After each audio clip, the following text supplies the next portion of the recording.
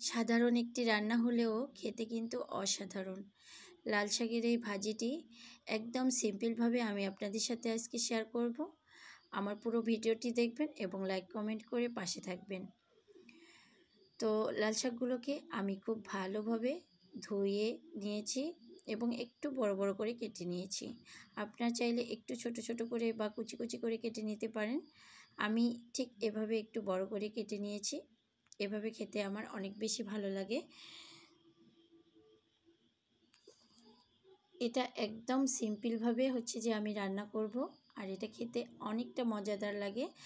গরম ভাতের সাথে আমার খেতে অনেক বেশি ভালো লাগে। তো এখানে আমি 3 টেবিল চামচ পরিমাণের মতো তেল দিয়ে দিলাম।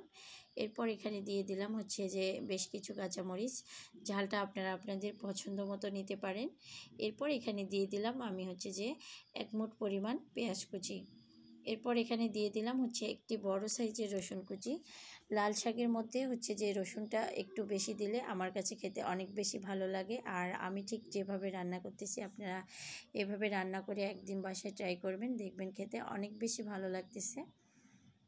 তো আমি মরিচ, পেঁয়াজ এবং রসুনটাকে খুব ভালোভাবে ভেজে নিচ্ছি।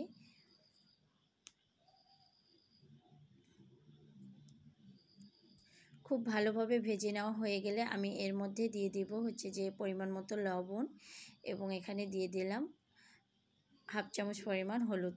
হলুদটা মানে যে যার পছন্দ মতো নিতে পারেন অথবা স্কিপও করতে পারেন।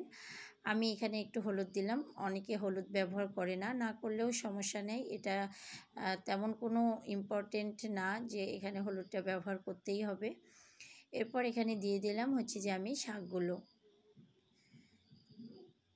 একটু নেড়েচেড়ে নিয়ে শাকগুলো দিলাম। এরপর এখানে আমি একটি বড় সাইজের রসুন এখানে থেতো করে দিয়ে দিলাম। আমি কিন্তু একটা রসুনকে আগে কুচি করে কেটে নিয়ে তেলের সঙ্গে ভেজে নিয়েছি। এবারে একটা রসুনকে আমি খোসাসহ থেতো করে নিয়ে দিয়ে দিলাম। এখানে মোট 2টি রসুন আমি ব্যবহার করলাম। আর রসুন দিয়ে এভাবে লাল শাকটা রান্না করলে খেতে অনেক বেশি ভালো লাগে, আর একটা অনেক সুন্দর ফ্লেভার আসে। এখানে আর আমি কোনো কিছুই অ্যাড করব না। এবার আমি একটু পরপর ঢাকনা দিয়ে দিচ্ছি এবং নেড়ে দিচ্ছি। এভাবে বেশ কিছুক্ষণ আমি করে নিব, যতক্ষণ না পর্যন্ত আমার শাকটা সেদ্ধ হয় এবং পানিটা শুকিয়ে আসে। ঠিক ততক্ষণ অবধি আমি একটু পরপর ঢেকে দিব এবং নেড়ে দিব।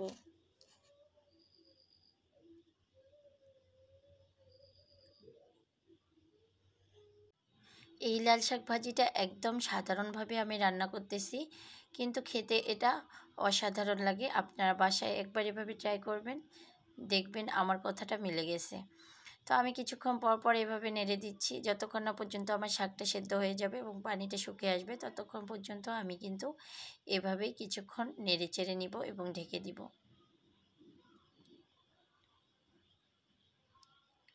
শাকটা আমার অনেকটা নরম হয়ে এসেছে এবং পানিটাও অনেকটা শুকিয়ে আসছে।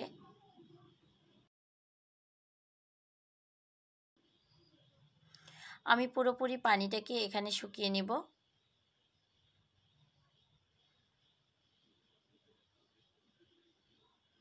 একদম একটু ভাজা ভাজা করে নিব। এখানে আমার আমি লবণ দেখার পর একটু কম মনে হয়েছে, তাই এখানে একটু লবণ অ্যাড করে দিলাম। এখানে আমি মানে একটু তেলও ব্যবহার করেছি, সেটা ভিডিওতে স্কিপ হয়ে গেছে। মানে যখন শাকটা একটু ভাজা ভাজা হয়ে যাবে তখন একটু তেল অ্যাড করলে খেতে অনেক বেশি ভালো লাগে। তো আমার এই লাল শাক ভাজির ফাইনাল লুক। আমার ভিডিওটি যদি আপনাদের ভালো লেগে থাকে তাহলে অবশ্যই একটা লাইক করে দিবেন। আর যারা ফেসবুক থেকে আমার এই ভিডিওটি দেখছেন আমার পেজটিকে ফলো করে দিবেন। যারা ইউটিউব থেকে দেখছেন আমার চ্যানেলটিকে সাবস্ক্রাইব করে দিবেন। প্রত্যেক দিন এভাবে নিত্য নতুন ভিডিও পেতে অবশ্যই আমার পাশে থাকবে।